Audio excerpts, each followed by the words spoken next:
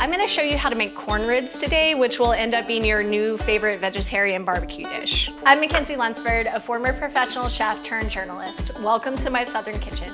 This is just average sweet corn, and I've boiled it until the kernels are soft enough to pull off the cob with your teeth. I'm gonna show you how to cut your corn, which is something you have to do very, very carefully. Just drive a heavy knife right through it, and then cut again in quarters. This is why you need a heavy knife.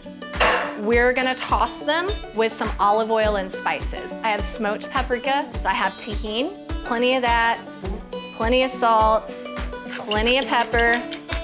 No, I don't have quantities, just go for it. Give it a nice toss, and it's ready to grill. Preheat your grill to medium high, and then just put your corn ribs right on the hot grill surface. Put the center part of the cob down first, and you're going to cook the kernel side last. Once these guys start to curl is when you're gonna flip them over. Once your corn ribs feel soft and pliable, it's time to take them off. Woo, they're popping. Squeeze a little bit of lime juice on them, salt if you need it, and just eat it.